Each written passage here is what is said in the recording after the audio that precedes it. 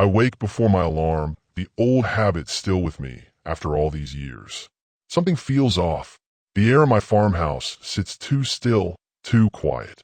My eyes snap open in the darkness, and I listen. Nothing but the gentle tick of the grandfather clock downstairs that Sarah loved so much. The floorboards creak under my feet as I move to the window. The moon hangs full and bright over my cornfields, casting long shadows across the land I've worked for 7 years since leaving the service. Most folks around here think I'm just Old Man Miller, the quiet farmer who keeps to himself. They have no idea who I was before I planted my first seed. I spotted immediately a van parked just beyond my property line, half hidden by the cluster of oaks. Third time this week. Same spot, same time. Could be coincidence, but 20 years as a Green Beret sniper taught me there's no such thing. My coffee tastes bitter this morning as I watch the sun rise over my fields. The barn needs a new coat of paint. The tractor's acting up again. Normal farmer problems that should occupy my mind, but I can't shake the feeling of being watched. You're getting paranoid in your old age, James, I mutter to myself, running a hand over 3 days of stubble. Sarah would have nagged me to shave by now. I miss her voice most in these quiet morning moments. Cancer took her last spring, quick and merciless. Left me alone with 200 acres and memories that crowd this old house like ghosts. The phone rings, startling me from my thoughts. Miller, I answer. James, it's Sheriff Davis. Thought you should know we had another farm hit last night. Thompson's place over on County Line Road. Cleaned out their safe. 3 men, just like the others. My jaw tightens. Anyone hurt? Old man Thompson got roughed up pretty bad when he walked in on them. He's a county general. I thank him and hang up, my mind already calculating. 3 farms hit in 2 months. All remote properties. All owned by older folks living alone. All with the same 3-man crew. And now that van watching my place. I step outside, scanning my property with eyes trained to notice what others miss. To anyone else, it's just a farm with a weathered house, a red barn, and fields stretching to the tree line. To me, it's a perimeter that needs securing. By noon, I've checked my gun safe in the basement. Inside, my old service rifle sits cleaned and oiled, though I haven't fired it since Afghanistan. Beside it, the pistol I keep loaded. I take out neither. Instead, I reach for the lockbox on the top shelf where I keep the items from my past life, items I promised Sarah I would never need again.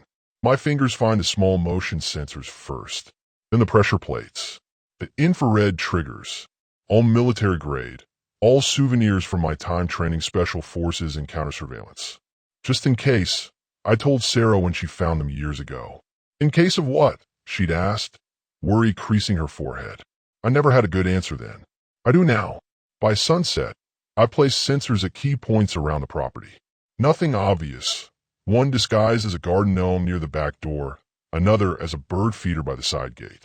The pressure plates go under the worn path to the back porch. The infrared triggers I hide in the trees lining the long driveway.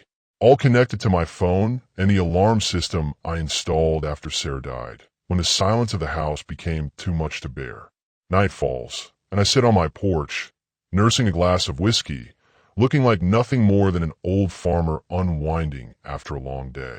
But my eyes never stop moving, scanning the darkness beyond my porch light's reach. The van doesn't show tonight.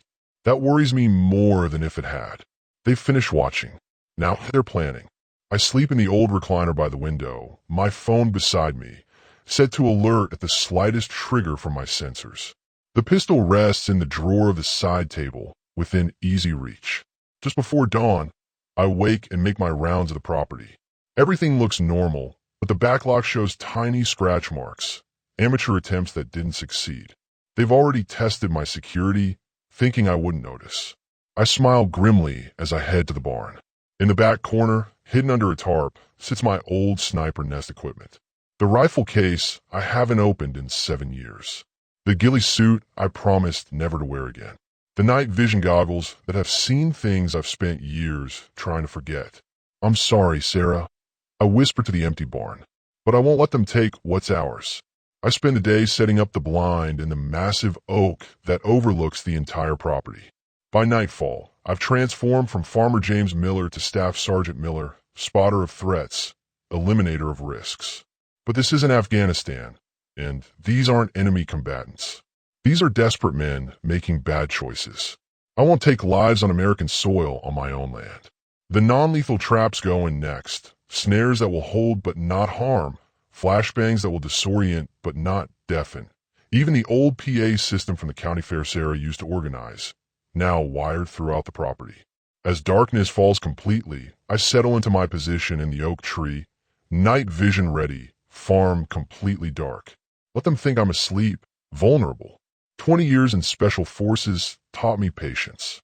7 years of farming reinforced it. I can wait all night for them to make their move.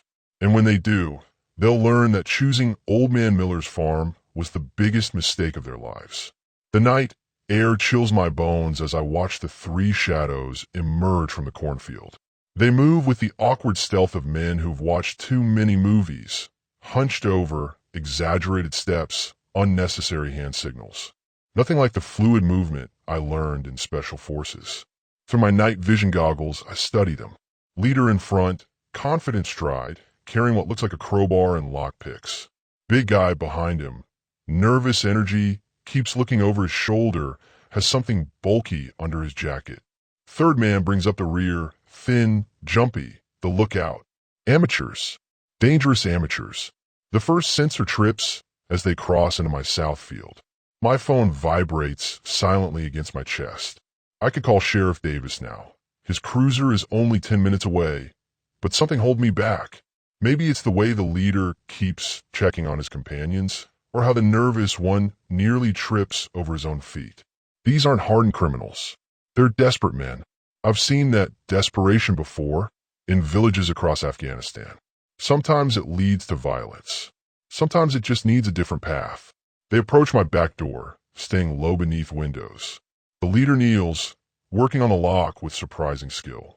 The big one stands guard while the thin one keeps watching the driveway, the wrong direction. They haven't even considered someone might be watching from above. The lock clicks open. My finger hovers over the remote trigger for the security system.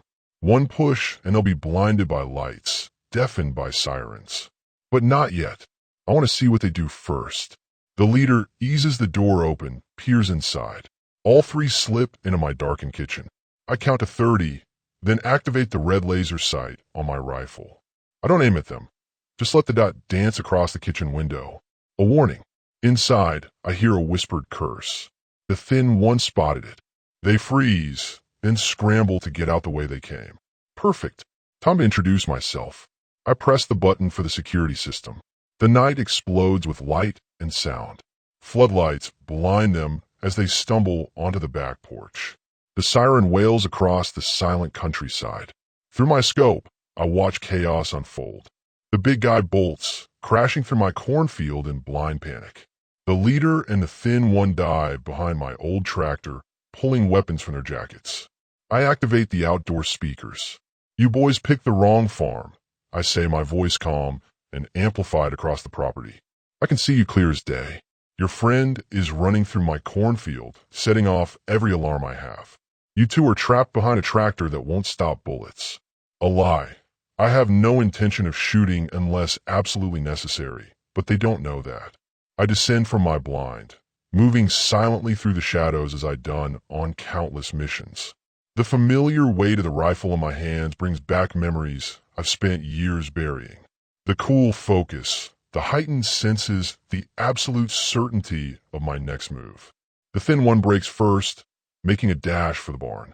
Exactly as I predicted. He triggers the snare trap I set along that path.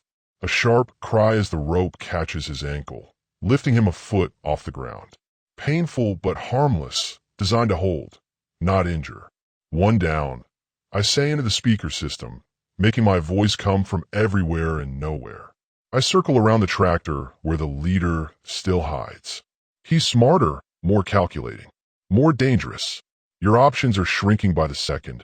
I continue. I've already called the sheriff. You have about 8 minutes to make better choices than you've made tonight. Another lie. I haven't called anyone yet. I step deliberately into a pool of light, letting him see me clearly. An older man in farm clothes, but with the unmistakable stance of someone who knows how to handle himself.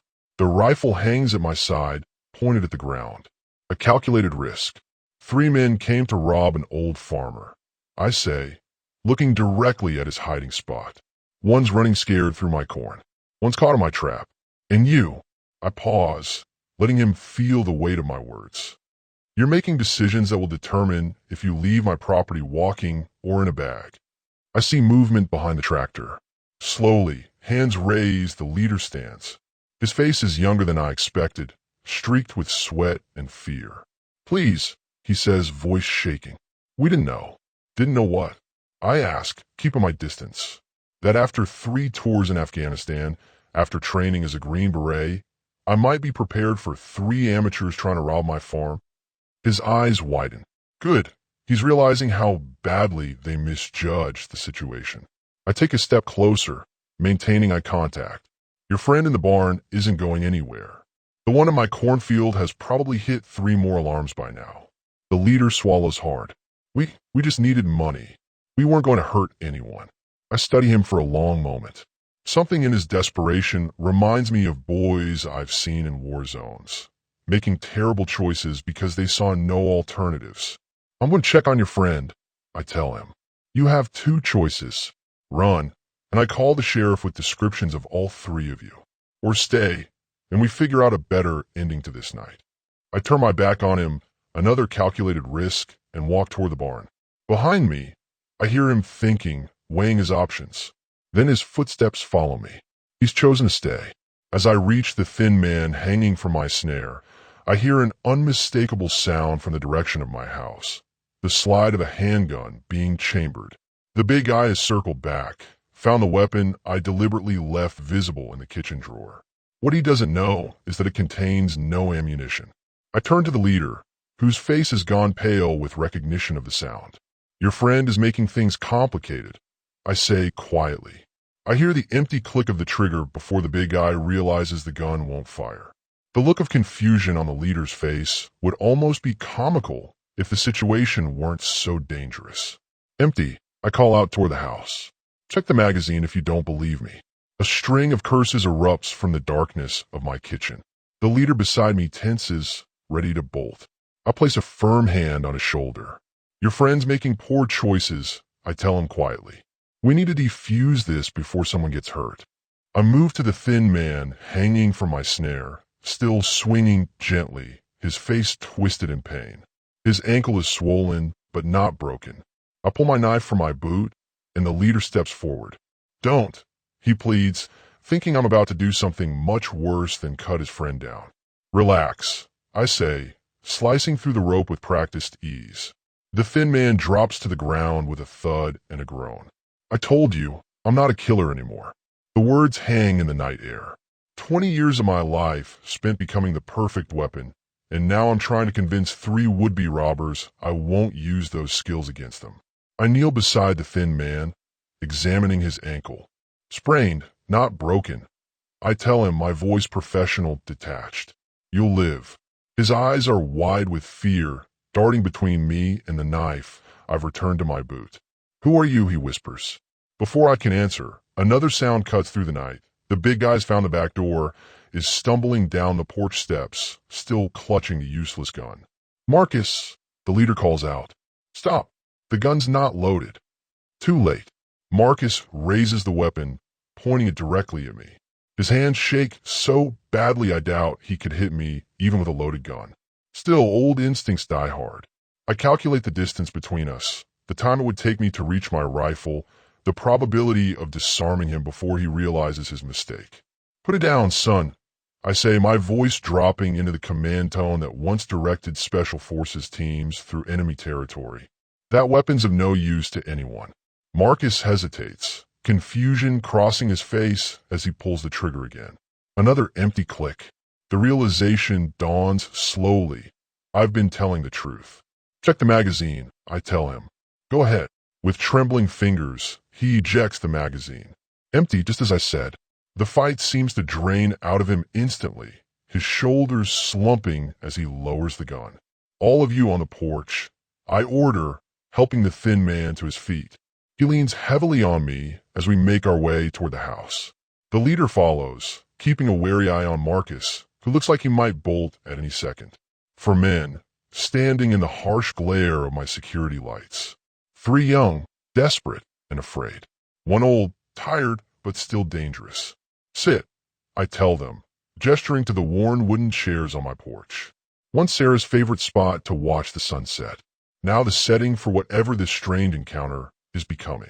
They obey, the thin man wincing as he takes weight off his injured ankle. I step inside, keeping them in view through the window as I grab my first aid kit and 4 bottles of water from the fridge. When I return, none of them have moved an inch. I hand the water around, then kneel to bandage the thin man's ankle. What's your name? I ask him. Denny, he mumbles, watching my hands work with the precision that once assembled rifles in pitch darkness. Well, Denny, you'll need ice on this, but you'll be fine. I secure the bandage and stand, turning to the others. And you too? The leader clears his throat. I'm Ray. That's Marcus. I nod, taking in this information. James Miller. I reply, though I doubt they need the introduction. They've clearly been watching my place, know exactly who I am. Or at least who they thought I was. Why? I ask simply, leaning against the porch railing. Why my farm? Ray looks down at his hands, still trembling slightly. Heard you keep cash. Military pension. Don't trust banks. I almost laugh at the irony. And you figured an old farmer living alone would be an easy target. Marcus speaks for the first time, his voice surprisingly soft for such a big man. We didn't know about you. What you were. Green Beret. Sniper. 20 years service, I say. Not bragging, just stating facts. 3 tours in Afghanistan. Retired 7 years ago to grow corn and raise a few chickens with my wife. Where's your wife now? Denny asks, then immediately looks like he regrets it. Cancer, I reply shortly. Last spring. A heavy silence falls over the porch. In the distance, a coyote howls, a lonely sound that echoes across my empty fields. So what now? Ray finally asks, the question hanging in the air between us. You calling the sheriff? I study them carefully, seeing beneath the surface for the first time. Ray's hands, calloused, workers' hands. Marcus's hollow cheeks. When was the last time he ate a proper meal? Denny's eyes, too old for his young face, like he's seen things no kid should have to see. That depends, I say slowly, making my decision, on whether you boys want to tell me the real reason you're so desperate you'd rob an old man's farm. Ray's eyes meet mine, and I see something shift there. Recognition, maybe. One soldier sizing up another, even if he never wore a uniform. We've got nothing left to lose, he says quietly. At least, that's what we thought until tonight. Behind him, the eastern sky begins to lighten. Dawn approaching, bringing with it possibilities none of us saw coming. Everyone's got something to lose, I tell him, thinking of Sarah, of the life we built here, of the man I've been trying to become since hanging up my rifle. And everyone deserves a chance to find something better. Ray looks at me with confusion, then dawning hope. What are you saying? I'm saying, I reply, watching the first rays of sun streak across my cornfields, that sometimes the mission changes in the field. And right now, I think we all need some breakfast before we decide what happens next. The 4 of us sit around my kitchen table, steam rising from plates of eggs and bacon. None of the 3 men have touched their food yet, still wary, still waiting for the trap to spring. It's not poisoned, I say, taking a deliberate bite of toast. Eat. They don't need to be told twice. Marcus devours his plate like he hasn't seen food in days. Maybe he hasn't. Denny picks at his eggs, still eyeing me suspiciously. Ray eats slowly, methodically, his eyes never leaving mine. Why are you doing this? He finally asks, setting down his fork. Why not just call the cops? Outside, my chickens cluck as they peck around the yard, oblivious to the night's events. Morning light streams through windows Sarah insisted on keeping curtain-free. God's light, she called it. No sense shutting it out. I take a sip of coffee, gathering my thoughts. You know what they teach you first in the military? How to size up a threat. You 3, I gesture with my mug. You're not threats. You're just lost. Marcus looks up from his empty plate. You don't know anything about us. I know enough. I counter. I know you came here expecting an easy score from a helpless old farmer. I know you're desperate enough to risk prison for whatever cash you thought I had. And I know not one of you is actually prepared to hurt anyone. Denny shifts uncomfortably in his chair, wincing as he jostles his injured ankle. So what? You're some kind of what? Good Samaritan? The question hangs in the air. Truth is, I don't know what I am anymore. For 20 years, I was a weapon, precise, lethal, following orders. Then I was a husband, a farmer, building something peaceful with Sarah. Now I'm just an old soldier trying to find purpose in an empty house. I've seen what happens when men get backed into corners. I say finally. In war zones across the world. Sometimes they just need someone to offer another way out. Ray's eyes narrow. And that's what you're doing? Offering us a way out. Maybe. I stand, carrying my plate to the sink. First, I want to hear your stories. Real ones this time. For a long moment, no one speaks. Then Ray clears his throat. I was a contractor. Good money, steady work. Then the housing market crashed. Jobs dried up. His voice is flat, emotionless, like he's told this story too many times. Try to hold on. Lost my house, my truck. Been picking up odd jobs, but it's never enough. Marcus stares at his empty plate. Mom's sick. Cancer. Same as your wife, I guess. Insurance ran out months ago. Treatments cost more than we can make in a year. My chest tightens at the word cancer. The memory of Sarah's final days, her hand growing lighter in mine with each passing hour. Then he says nothing, eyes fixed on the floor. Your turn, I tell him. He shrugs. Nothing special. Foster kid, aged out of the system. No skills, no family, no options. Ray found me sleeping behind a gas station. At least with him, I eat sometimes. 3 broken lives, held together by desperation and bad choices. I've seen it before in villages torn apart by war, in the eyes of young men who joined the wrong side, because it was their only choice for survival. So what now? Ray asks again. You've fed us. You've heard our sad stories. What's your play here? I walk to the window, looking out over my property. 200 acres of good land. More than one man needs. More than I can properly tend alone since Sarah died. My play, I say slowly, is to offer you a choice. All 3 look up, wary but curious. I can call Sheriff Davis right now. You 3 go to jail for breaking and entering attempted robbery. Marcus gets an extra charge for the gun. That's one option. The tension in the room thickens. Marcus's hands curl into fists. Then he looks like he might be sick. Or, Ray prompts, where you work for me, I say simply, this farm's too big for one man. Fields need tending. Barn needs repairs. Harvest comes in a few months. I'll need extra hands. Disbelief crosses their faces. Ray recovers first. You trust us? After we tried to rob you. I turn from the window, facing them directly. Trust isn't given. It's earned. You'd start with the smallest jobs under my supervision. Sleep in the bunkhouse out back. 3 meals a day. Small wage that increases if you prove yourselves. Marcus shakes his head. Why would you do this? The real answer is complicated. About redemption, purpose, the empty spaces Sarah left behind. About the weight of taking lives in war and the need to balance that scale somehow. But they don't need my philosophy. Because everyone deserves a second chance, I say. Even farm robbers. Even old soldiers. Denny looks up, meeting my eyes for the first time. What about Marcus's mom? Her treatments. A fair question. I thought about that too, during the long night. My wife was treated at County General. I still know people there. Doctors who owe me favors. I can make some calls. It's not a guarantee, but it's something. Hope flickers across Marcus's face, quickly suppressed. And if we say no, Ray asks, then I call the sheriff, and we go our separate ways.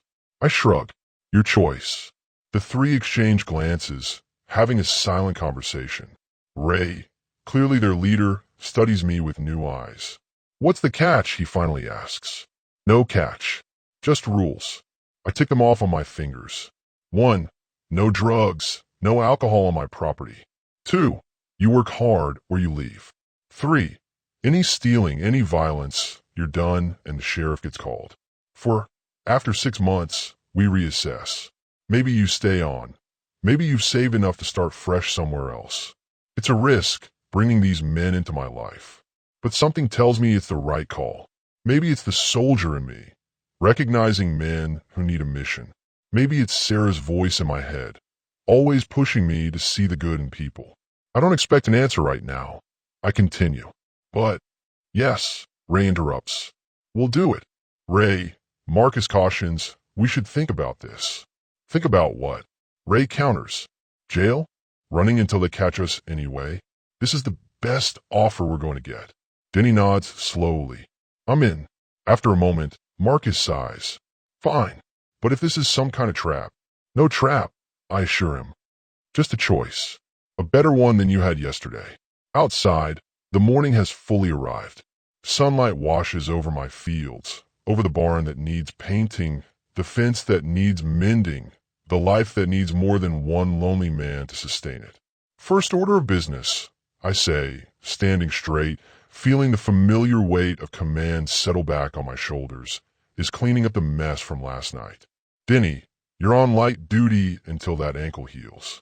Ray, Marcus, you'll help me reset the traps and sensors. They stare at me, still processing the sudden change in their circumstances. Well, I prompt. Let's move. Daylight's burning. As they slowly stand, following me outside, I feel something I haven't felt since Sarah died. Purpose, direction, a new mission. And in the faces of these three men, wary, hopeful, broken but not beyond repair, I see the possibility of redemption. Not just for them, but for me too. The old sniper finds new targets. Not to eliminate, but to save. The August heat beats down on us like an enemy we can't escape.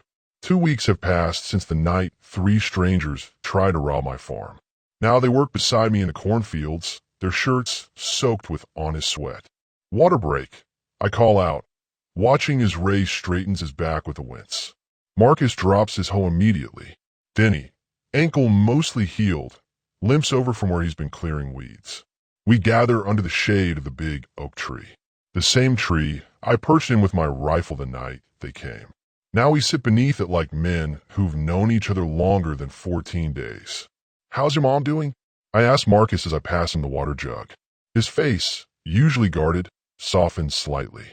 Better. That doctor, he's got her on a new treatment plan. Says she's responding well. I nod, feeling a weight lift slightly from my chest. I'd called in favors at the hospital, spoken to doctors who remembered Sarah's fight. It wasn't much, but it was something I could do. Good. That's good. Ray watches our exchange with curious eyes. He's the hardest to read of the three, always calculating, always waiting for the trap. 20 years in special forces taught me to recognize that look. It's the look of someone who's been betrayed too many times to trust easily. Still don't get it, he says suddenly, wiping sweat from his brow. Why us? Why this? I take a long drink of water, buying time to form an answer they might understand. The real reasons are complicated, about redemption, purpose, the ghosts that haunt me from Afghanistan. About Sarah's last words to me. Don't disappear into your darkness, James. Find a way to bring light. Farm's too big for one man. I say instead, the same answer I've given before. You needed work. I needed hands. Simple as that. Ray's eyes narrow. He knows there's more, but he doesn't push. Not yet. The distant sound of tires on gravel draws our attention. A cloud of dust rises from the long driveway leading to the house. Sheriff, I say, recognizing Davis's cruiser. Stay here. I'll handle this. I meet Davis halfway between the field and the house. His face is grim under his department issue hat, eyes hidden behind mirrored sunglasses. James, he nods in greeting. Mike, I return. What brings you out my way? He gestures toward the field where the three men watch us warily. Got word you hired some new help. Small towns, impossible to keep secrets. That's right. Davis removes his sunglasses, revealing concerned eyes. You know who they are? What they've been doing? I match his stare without blinking.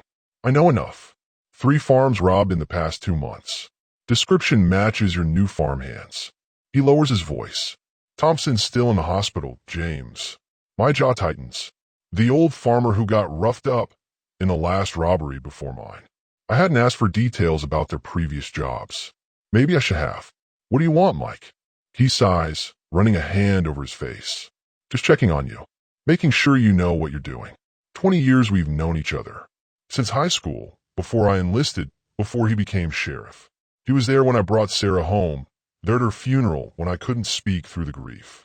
I know exactly what I'm doing, I tell him, my voice even. And what's that? Rehabilitating criminals?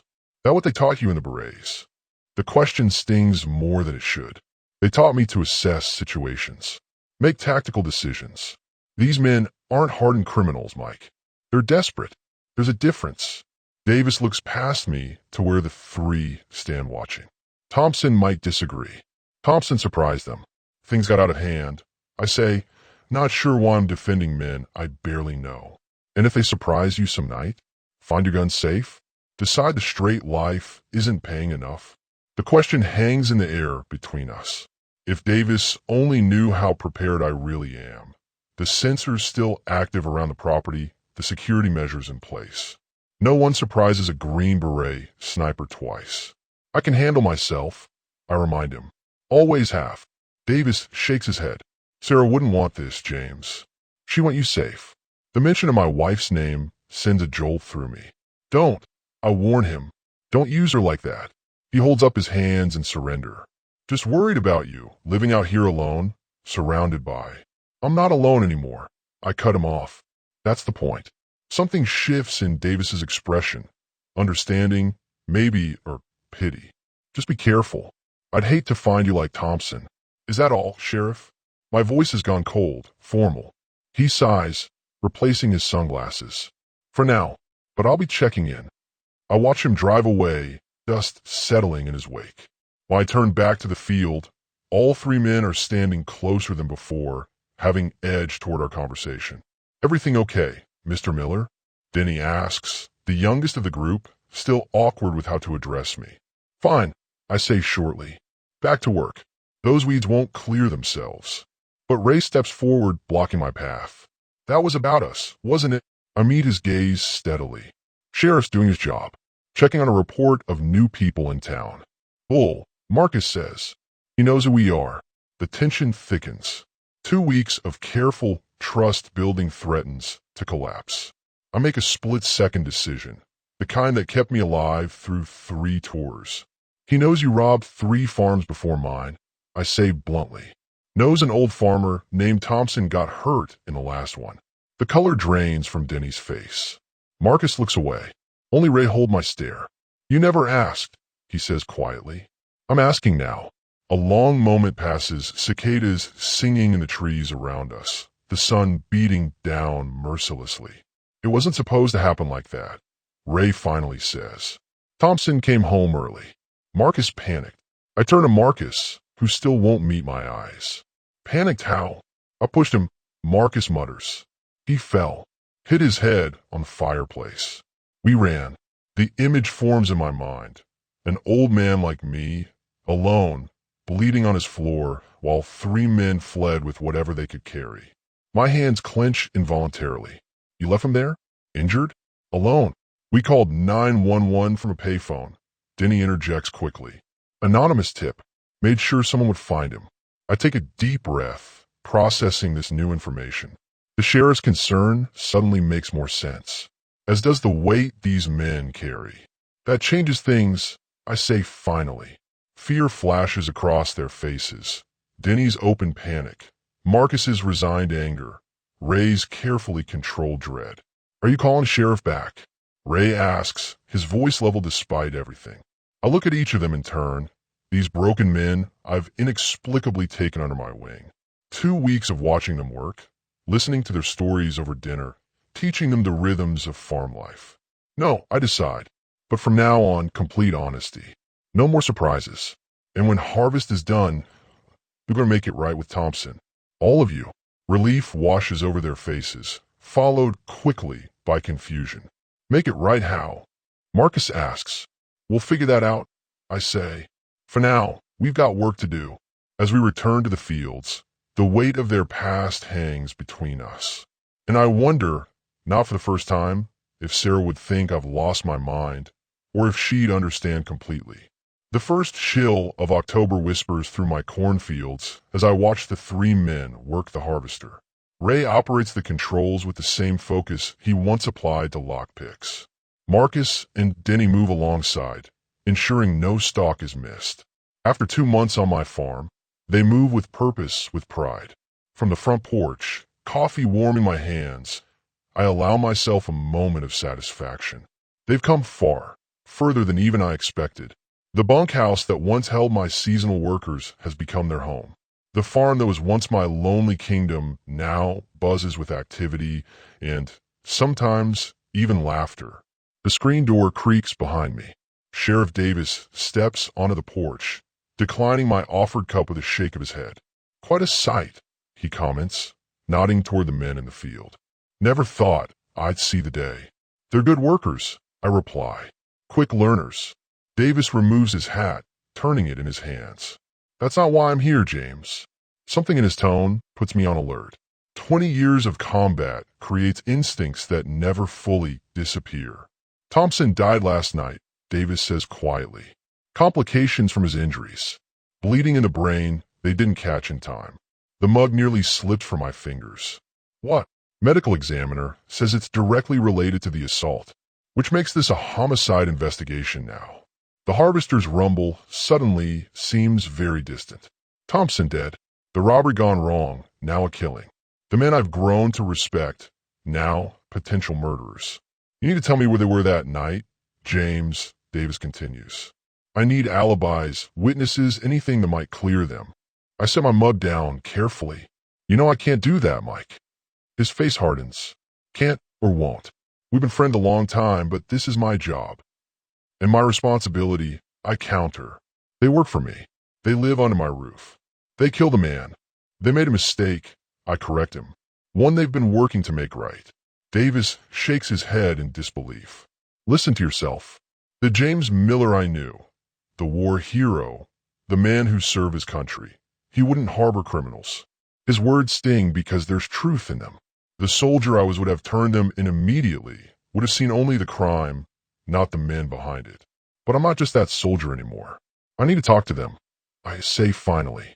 "Before you do," Davis hesitates, then nods reluctantly. "You've got until tomorrow morning. Then I come back with deputies and warrants." I watch him drive away, mind racing through options, scenarios, contingencies, the tactical assessment that once kept my team alive behind enemy lines. The harvester falls silent. Ray approaches the porch, wiping grease from his hands. "Everything okay?" he asks, eyeing the dissipating dust cloud from the sheriff's car. I meet his gaze directly. "Thompson died last night. Brain injury from a fall." The rag drops from Ray's hands. Behind him, I see Marcus and Denny approaching, laughing about something until they notice our expressions. That means Ray starts. "Murder charges, I finish for him. Sheriff's coming back tomorrow with warrants." The color drains from his face. I watch the news hit the others as they join us. Denny's youthful features crumpling, Marcus's hands forming fists at his sides. "We need to run," Marcus says immediately. "Tonight." "And go where?" Ray challenges. "Be on the run forever? That's not a life." "Better than prison," Marcus retorts. "Or worse." I let them argue, watching the dynamic I've come to know well these past months. Ray the thinker, Marcus the fighter, Denny the follower. Different men, united by desperation and bad choices. And now by a death they never intended. "Enough," I finally say, my command voice cutting through their panic.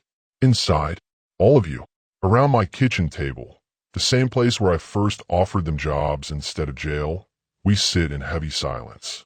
The clock ticks on the wall, counting down hours of freedom. "We didn't mean for him to die," Denny says, his voice small, childlike. "It was an accident. Marcus just pushed him." "Shut up," Marcus snaps. "It doesn't matter what we meant. Man's dead because of us." Ray stares into his coffee, thinking hard. "What are our options, Mr. Miller?" I've been asking myself the same question since Davis left. The tactical part of my brain has been running scenarios, weighing probabilities, calculating risks. The human part, the part Sarah nurtured, has been wrestling with questions of right and wrong. 3 options, I say finally. 1. You run.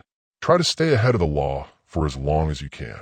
Marcus nods, ready to choose this immediately. 2. I continue. You turn yourselves in. Tell the truth. Hope for leniency given the circumstances.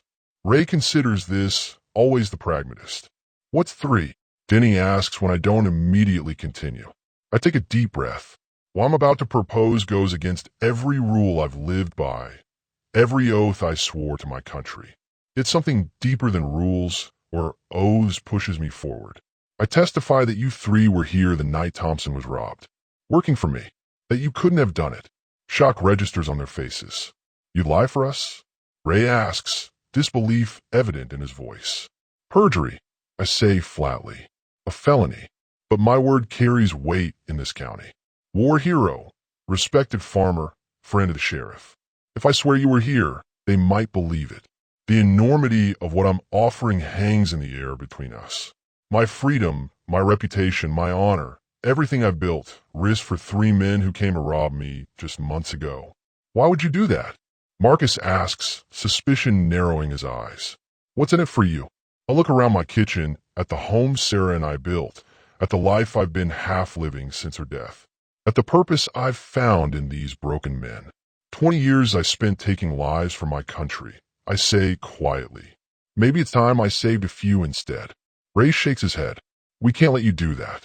Too risky. Your call, I tell them. All 3 options are on the table, but you need to decide quickly. They exchange glances, a silent conversation passing between them. 2 months working side by side has forged a connection stronger than their original desperate alliance. We need to think, Ray says finally. Can we have some time? I nod. Until sunset. Then we need a plan. They file out to the bunkhouse to deliberate. I remain at the kitchen table, staring at the empty coffee cups, wondering what Sarah would say about all this. Wondering if I've lost my mind or finally found my way back to something that matters. The sun begins its descent toward the horizon, painting my cornfields gold. I step onto the porch just as the bunkhouse door opens. All 3 men walk toward me, their decision visible in their united front. Ray speaks for them all. We can't let you risk everything for us, Mr. Miller. My heart sinks, knowing what comes next. They'll run, or worse, surrender to a system that will show no mercy. But we have another idea, Ray continues. One that might work for everyone. Surprised, I lean forward. I'm listening. In the fading light, surrounded by the harvest we've worked together to bring in, Ray outlines a plan so simple, so unexpected, that it just might work. A plan that offers redemption without destruction. A path forward I never considered. As darkness falls completely, I find myself nodding in agreement. For the first time since they arrived, I see these men not as projects or redemption cases, but as something else entirely. Partners. Dawn breaks cold and clear as I guide my truck down unfamiliar streets. Ray beside me in the passenger seat, giving directions. Marcus and Denny follow in Ray's beat-up sedan. None of us have slept. The weight of Thompson's death and today's decision has hollowed out any chance of rest. That's it, Ray says quietly, pointing to a small house with peeling paint and overgrown grass. Thompson's place. I park across the street, studying the property through eyes trained to miss nothing. Crime scene tape still flutters from the porch rails. A lonely newspaper sits uncollected in the driveway. Death has claimed not just the man, but the home itself, leaving it hollow and abandoned. You sure about this? I ask, giving them one last chance to reconsider. Ray nods, his face set with determination I've come to respect over these past months. It's the right thing to do. The plan they proposed last night was unexpected, but strangely fitting. Not to run, not to let me lie for them, not even to simply turn themselves in. Instead, face the consequences, but first make amends in the only way still possible. Thompson has a daughter in Kansas City. She'll inherit the farm now, a rundown property too far gone for easy selling, too burdened with memories for comfortable living. She arrives tomorrow for the funeral. I remind them, we have one day to do what should have been impossible. One day to transform a crime scene into something a grieving daughter can face with less pain.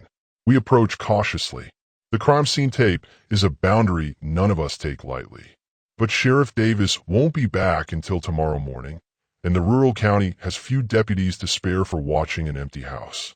The back door, the same one they broke through months ago, still shows damage from the original break-in. Ray carefully picks the lock, a skill I pretend not to notice he still possesses. Inside, the house tells the story of that night. Blood stains the carpet near the fireplace where Thompson fell. Drawers hang open from the hasty search. Dust has settled over everything, undisturbed since investigators processed the scene. Marcus stops in the doorway, his face pale. "I didn't mean for him to hit the stone," he whispers. "I just wanted him to back off." I place a firm hand on his shoulder. "I know, but regret doesn't clean blood from carpet. Let's get to work." From the truck, we unload the supplies I purchased at dawn when the hardware store opened. Cleaning products, paint, tools, everything needed to erase the visible signs of violence from this home. As a Special Forces operator, I learned to move through enemy territory, leaving no trace. Today, we do the opposite. We leave traces of care, of restoration, of the respect Thompson never received in life.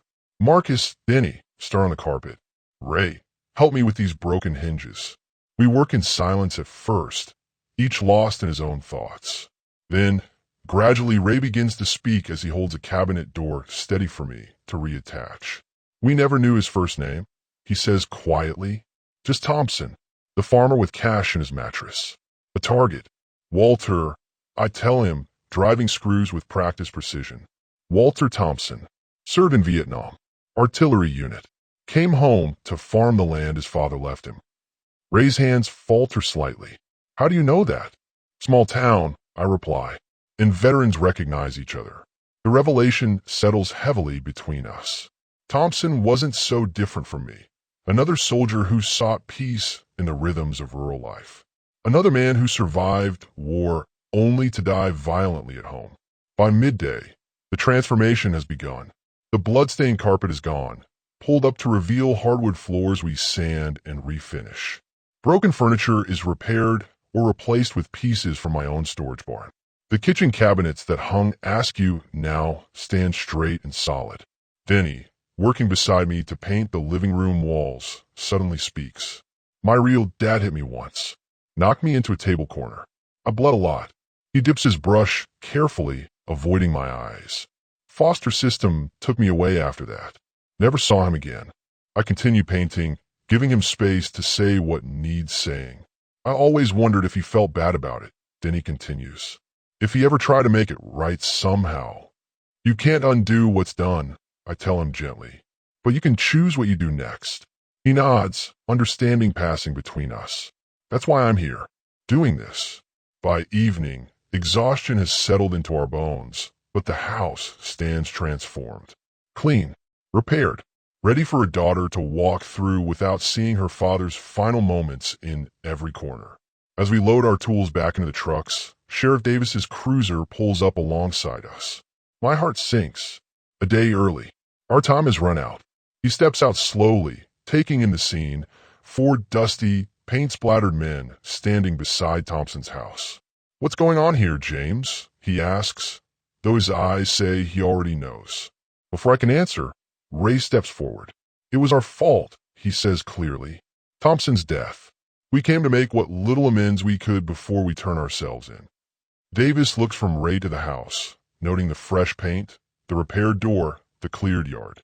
"You broke into a crime scene," he says, but there's something besides anger in his voice. Confusion, maybe, or reluctant understanding. "Yes, sir," Ray acknowledges. "We'll face those charges too." Davis turns to me. "And you? What's your part in this?" 20 years of military service taught me many things. When to fight, when to retreat, when to stand your ground. These men work for me. I say simply. Where they go, I go.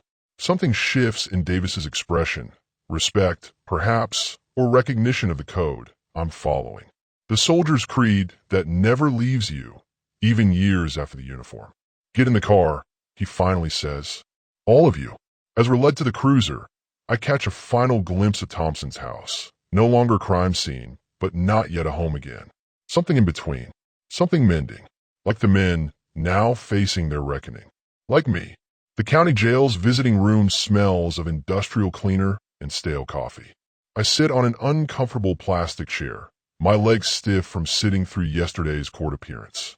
Across from me, separated by a scratched plexiglass divider, Ray, Marcus, and Denny wear identical orange jumpsuits. 2 weeks have passed since Sheriff Davis found us at Thompson's house. 2 weeks of legal procedures, bail hearings denied, and uncomfortable questions for people I've known my entire life. Farm looks good, I tell them, trying for normalcy. Got the last of the corn in before the frost hit. Ray smiles faintly. Glad to hear it. Would have hated for all that work to go to waste. The conversation feels strained, artificial. How do you discuss crop yields with men facing manslaughter charges? How do you pretend everything is normal when nothing will ever be normal again? Your lawyer says the DA is considering a plea deal. I say, lowering my voice though there's no one nearby to overhear. Testimony about Thompson's death in exchange for reduced charges. Marcus leans forward. What about you? Any trouble for helping us? I shake my head. Sheriff Davis convinced them I didn't know about Thompson until after I hired you. A half-truth that Davis and I will take to our graves. They're calling me a misguided do-gooder in the papers. Denny, quieter than ever these days, finally speaks. Did she like it? Thompson's daughter? The house. The question catches me off guard. In all our concerns about legal consequences, I hadn't mentioned my meeting with Angela Thompson. The day after our arrest, she arrived to find her father's house transformed. Sheriff Davis, in a moment of unexpected compassion, had told her what we'd done. She asked to meet me. I tell them. Yesterday, before the bail hearing, all three leaned forward, hungry for this connection to the consequences of their actions.